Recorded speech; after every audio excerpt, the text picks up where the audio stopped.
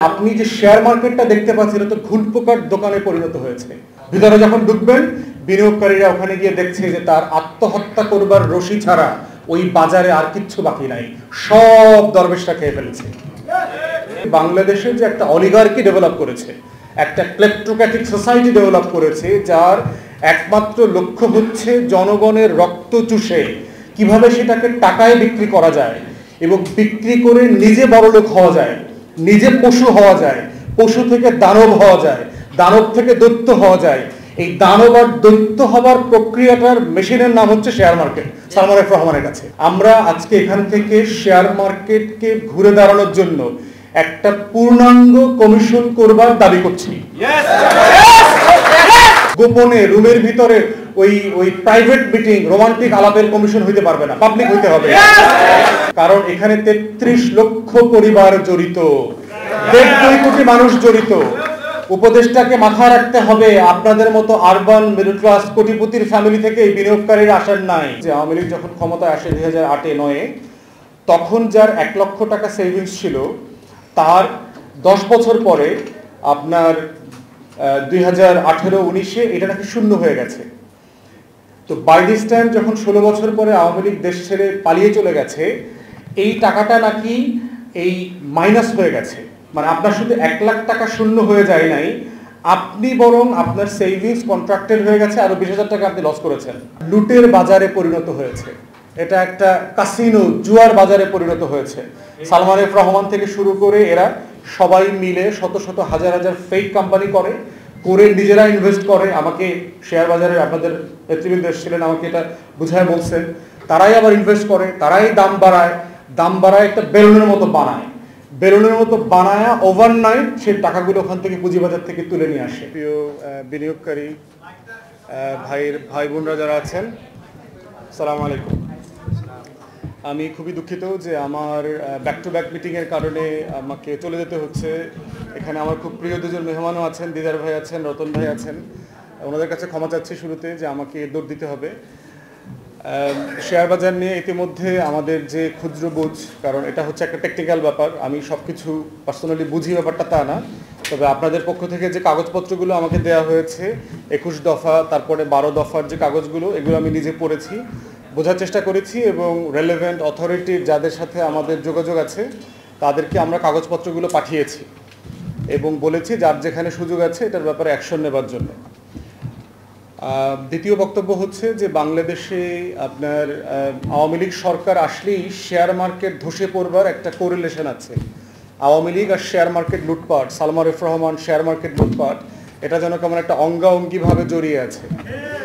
তো আমরা 96 থেকে 1000-এর যে 2001-এর যে সালটা ছিল ওটার মধ্যেও দেখেছি যে আওয়ামী লীগের নেতৃত্বে শেয়ার বাজার কিভাবে ধসে দেওয়া হয়েছে এবং লক্ষ লক্ষ মানুষ সেখানে বিপদে পড়েছেন এবং পুঁজি হারিয়ে একেবারে পথে বসে গেছেন, এটা ঘটেছে। এবং তার পরবর্তীতে কিন্তু আপনার এটা নিয়ে ইনভেস্টিগেশনও হয়েছে। আমার যতটুকু মনে পড়ে, যদি ভুল না হয়ে থাকি, বাংলাদেশ ব্যাংকের যিনি প্রয়াত ডেপুটি গভর্নর ছিলেন ইব্রাহিম খালেদ সাহেব, ওনার নেতৃত্বে একটা কমিশন হয়েছে, কমিটি হয়েছে, ওনারা তদন্ত প্রতিবেদন দিয়েছেন এবং দরবেশ বাবা থেকে শুরু করে অনেকের ব্যাপারে সেখানে আসছিল। সরকার ঘোষণাও দিয়েছিল যে এই তদন্ত প্রতিবেদনটা প্রকাশ্যে আনা হবে, পাবলিকের কাছে বলে দেওয়া হবে, কিন্তু এটা পরবর্তীতে আর হয় নাই। তো যেটা হয়, বাংলাদেশের ইতিহাসের যে বাস্তবতা অথবা একটা সমাজের, রাষ্ট্রের যে বাস্তবতা, যে আপনি ভুল করবেন, আপনি গুনাহ করবেন, পাপ করবেন, অন্যায় করবেন, কিন্তু যদি বিচার না হয় তাহলে একই মানুষ একই ভুল একই অন্যায় বারবার করতে থাকবে। এভাবেই সরকার, রাষ্ট্র, সমাজ করাপ্ট হয়ে যায় এবং সেটা আমরা দেখলাম যে 96 থেকে 1000-এর শেয়ার মার্কেটে 2001-এর ভিতরে যে শেয়ার মার্কেটে যে লুটপাটটা হয়েছে, বিচার না হবার কারণে যেটা হয়েছে, গত 16 বছরে এই লুটপাটটা কয়েক গুণ, পারহ্যাপস কয়েক শত গুণ বেড়ে গেছে। এই দুই লুটপাটের মাধ্যমে যেটা হয়েছে যে আমাদের 33 লক্ষ বিনিয়োগকারী ব্যাপকভাবে ক্ষতিগ্রস্ত হয়েছেন, তাদের পরিবার ধসে গেছে এবং এই যে আমাদের মধ্যবিত্ত নিম্নবিত্ত পরিবারের যে সামান্য সঞ্চয় থাকে, এই সঞ্চয়গুলো হারিয়ে গেছেন। তাদের পরিবারের যে একটা সিকিউরিটির জায়গা থাকে, অনেকেই বোধ করেন যে তাদের একটা সঞ্চয়ের টাকা দিয়ে তারা কি করবেন। বাংলাদেশে সঞ্চয়ের টাকা ব্যয় করবার স্পেস কিন্তু খুব কম। আপনি একটা প্লট কিনতে পারবেন, একটা ফ্ল্যাট কিনতে পারবেন, গ্রামে গঞ্জের জমি কিনতে পারবেন, অথবা গোল্ড কিনে রাখতে পারবেন, ডলার কিনে রাখতে পারবেন, অথবা হচ্ছে শেয়ার মার্কেটে আপনি বিনিয়োগ করবেন। তো রেগুলার টাকা পাওয়া যায় এমন বিনিয়োগের জায়গা কিন্তু সঞ্চয় থেকে বাংলাদেশে খুব কম। আমাদের পোস্ট অফিস থেকে শুরু করলে প্রাইস বন্ড কিনে টাকা রাখা এবং সেটা থেকে যে প্রফিট করবার জায়গাটা, সেটা ইনফ্লেশন অ্যাডজাস্ট করলে দেখা যায় যে প্রফিটটা এই বন্ডের অ্যাগেনস্টে দিচ্ছে মানুষকে, সেটা আসলে অলমোস্ট জিরো অথবা মাইনাস সামটাইমস।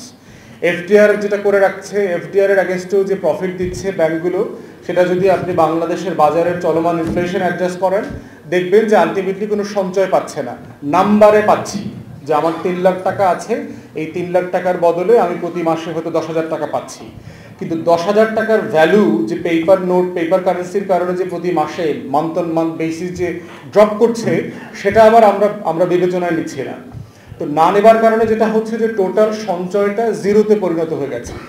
আমি মাঝখানে একটা প্রতিবেদন পড়েছিলাম যে আওয়ামী লীগ যখন ক্ষমতায় আসে 2008-9-এ, তখন যার 1 লক্ষ টাকা সেভিংস ছিল, তার 10 বছর পরে আপনার 2018-19-এ এটা নাকি শূন্য হয়ে গেছে। তো বাই দিস টাইম যখন 16 বছর পরে আওয়ামী লীগ দেশ ছেড়ে পালিয়ে চলে গেছে, এই টাকাটা নাকি এই মাইনাস হয়ে গেছে। মানে আপনার শুধু 1 লাখ টাকা শূন্য হয়ে যায় নাই, আপনি বরং আপনার সেভিংস কন্ট্রাক্টেড হয়ে গেছে, আরো 20,000 টাকা আপনি লস করেছেন।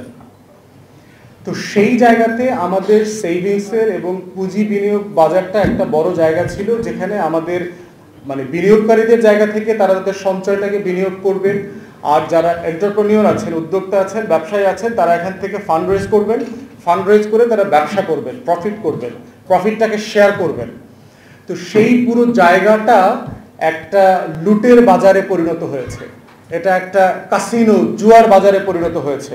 সালমান এফ রহমান থেকে শুরু করে এরা সবাই মিলে শত শত হাজার হাজার ফেক কোম্পানি করে নিজেরা ইনভেস্ট করে। আমাকে শেয়ার বাজারে আপনাদের নেতৃবৃন্দ এসেছিলেন, আমাকে এটা বুঝায় বলছেন, তারাই আবার ইনভেস্ট করে, তারাই দাম বাড়ায় একটা বেলুনের মতো বানায়, বেলুনের মতো বানায় ওভারনাইট সেই টাকাগুলো ওখান থেকে পুঁজিবাজার থেকে তুলে নিয়ে আসে। সো এটাকে যেটা বলা হচ্ছে যে বাস্ট আউট করে ফেলছে। আমরা আমেরিকাতে দেখেছি, 2000 সালে দেখেছি, 2007-8-এ দেখেছি, লেমন ব্রাদার্সে, ওয়াল স্ট্রিটে শেয়ার মার্কেট যেটা কলাপস করেছে। 90-এর দশকে দেখেছি যে আমেরিকার যে বিজনেস টাইকুন ছিল জর্জ সরোস, আপনার পুরো সাউথ ইস্ট এশিয়ার শেয়ার মার্কেট ধসে দিয়ে গেছে। Malaysia, Indonesia, Brunei, Thailand, Philippines, এই পুরো অঞ্চলের শেয়ার মার্কেটে ঘুরে কয়েক সপ্তাহের ভিতরে ফিউ বিলিয়ন্স ডলার এখান থেকে উঠায় নিয়ে চলে গেছে আমেরিকাতে। সাডেনলি আপনার 95-6-7-এ দেখলাম যে মালয়েশিয়া, ইন্দোনেশিয়ার ইকোনমি কলাপস করেছে। তো সেই জায়গাতে আমরা বারবার দেখতে পাচ্ছি যে বাংলাদেশের যে একটা অলিগার্কি ডেভেলপ করেছে, একটা ক্লেপ্টোক্র্যাটিক সোসাইটি ডেভেলপ করেছে, যার একমাত্র লক্ষ্য হচ্ছে জনগণের রক্ত চুষে কিভাবে সেটাকে টাকায় বিক্রি করা যায় এবং বিক্রি করে নিজে বড়লোক হওয়া যায়, নিজে পশু হওয়া যায়, পশু থেকে দানব হওয়া যায়, দানব থেকে দৈত্য হওয়া যায়। এই দানব আর দৈত্য হবার প্রক্রিয়াটার মেশিনের নাম হচ্ছে শেয়ার মার্কেট, সালমান এফ রহমানের কাছে। সেই জন্য আমরা বারবার এটার প্রতিবাদ যেমন করেছি, আমরা এটাও বলেছি যে বাংলাদেশকে রাষ্ট্র হিসাবে যদি সার্ভাইভ করতে হয়, আমার মধ্যবিত্তকে, আমার ওয়ার্কিং ক্লাসকে বাঁচায় রাখতে হবে। মধ্যবিত্ত কীভাবে বেঁচে থাকবে? তার যদি চাল ডাল কেনার পয়সা না থাকে, তার 5,000 টাকা ইনভেস্ট করবার জায়গা না থাকে, তার বিনিয়োগ করা পুঁজিগুলো যদি ঘুণ পোকার মতো সালমান এফ রহমানরা দিনে রাতে চেয়ে চেয়ে খেয়ে ফেলে, তাহলে আপনি যে শেয়ার মার্কেটটা দেখতে পাচ্ছেন তো ঘুণ পোকার দোকানে পরিণত হয়েছে। সে যেভাবে কাঠ খেয়ে ফেলছে, আপনি বোধ করছেন আপনার ফার্নিচারটা ঠিক আছে, আপনার চেয়ার টেবিলটা ঠিক আছে, কিন্তু ভিতরে এটা ঘুণ পোকা খেয়ে একদম গুড়া গুড়া শূন্য করে দিয়েছে। ভিতরে যখন ঢুকবেন, বিনিয়োগকারীরা ওখানে গিয়ে দেখছে যে তার আত্মহত্যা করবার রশি ছাড়া ওই বাজারে আর কিচ্ছু বাকি নাই, সব দরবেশটা খেয়ে ফেলেছে। তো সেই কষ্টের জায়গা থেকে আমি যতটুকু বুঝেছি আপনাদের দাবি দেওয়াগুলো প্রচন্ড যৌক্তিক দাবি, এবং এই দাবি দেওয়াগুলো ব্যক্তিগতভাবে আমি যেভাবে অথরিটির সাথে রেজ করেছি, অর্থনৈতিক প্রতিবেদন তৈরি করেন বিভিন্ন পত্রিকার গুরুত্বপূর্ণ সাংবাদিকদের সাথে আমি শেয়ার করেছি। প্রথম আলো থেকে শুরু করে অনেক গুরুত্বপূর্ণ সাংবাদিকদের সাথে আমরা শেয়ার করেছি এবং বলেছি যে এটা নিয়ে কিভাবে রিপোর্ট করা যায়, আরো বেশি মতামত তৈরি করা যায়, রাষ্ট্রকে জবাবদিহিতার আওতায় আনা যায়। আর সব মিলিয়ে আমার পক্ষ থেকে প্রস্তাব হচ্ছে, আজকে যদি একটা টাস্ক ফোর্স করেছে আমরা দেখলাম এই সরকার আসার পরে 3000 কোটি টাকা দিয়েছে আইসিবিকে। আমরা বোধ করছি যে এই কাটপেস্ট রিফর্মটা সমাধান না। আমরা আজকে এখান থেকে শেয়ার মার্কেটকে ঘুরে দাঁড়ানোর জন্য একটা পূর্ণাঙ্গ কমিশন করবার দাবি করছি।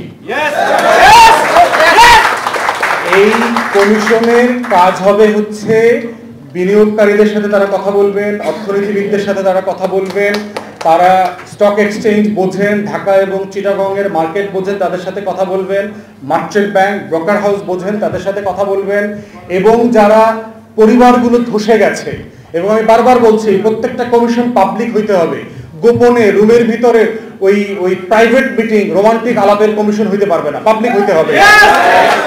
এইটা স্টক এক্সচেঞ্জের এখানে যে অফিস আছে এখানে রাষ্ট্রীয় কমিশন বসবে, বাংলাদেশ টেলিভিশন এই কমিশনের বিবরণী সাক্ষী প্রত্যেকটা বক্তব্য লাইভ করতে হবে, কারণ এখানে 33 লক্ষ পরিবার জড়িত, 1.5 কোটি মানুষ জড়িত। উপদেষ্টাকে মাথায় রাখতে হবে আপনাদের মতো আরবান মিডল ক্লাস কোটিপতির ফ্যামিলি থেকে এই বিনিয়োগকারীরা আসেন নাই।